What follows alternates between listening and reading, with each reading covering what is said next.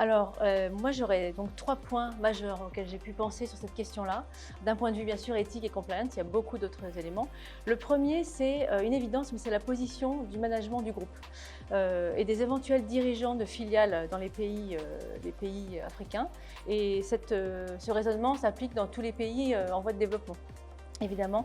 Donc les stratégies de développement de business doivent prendre en compte les contraintes et notamment le temps pris, les délais qui peuvent être pris si on veut faire du business de manière dans le propre, dirons-nous, dans les règles. Donc ça, c'est une première chose. Si le management pense plus ou moins secrètement qu'on ne peut pas faire de business dans ces pays-là, comme on me le dit souvent, sans corruption, le verre est dans la pomme.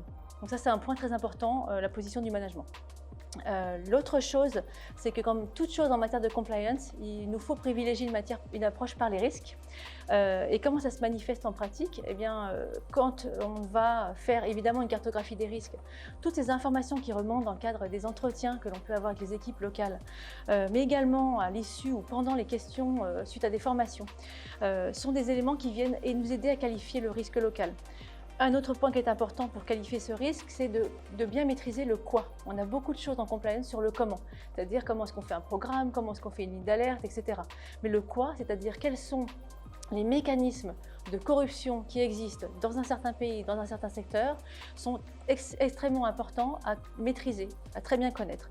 En bref, le message là, c'est de développer sa propre approche, une propre analyse du risque local et ne pas se contenter en fait d'un index, par exemple l'index de perception de la corruption qui peut exister par ailleurs et qui peuvent être très utiles.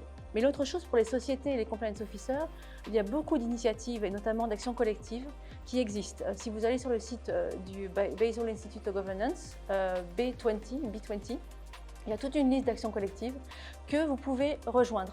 Il y a aussi le GIAC qui a énormément d'actions qui peuvent être intéressantes. Et finalement, une action collective très intéressante par le MACN, qui est le Maritime Anti-Corruption Network, qui a diligenté une cartographie des risques du secteur portuaire au Nigeria.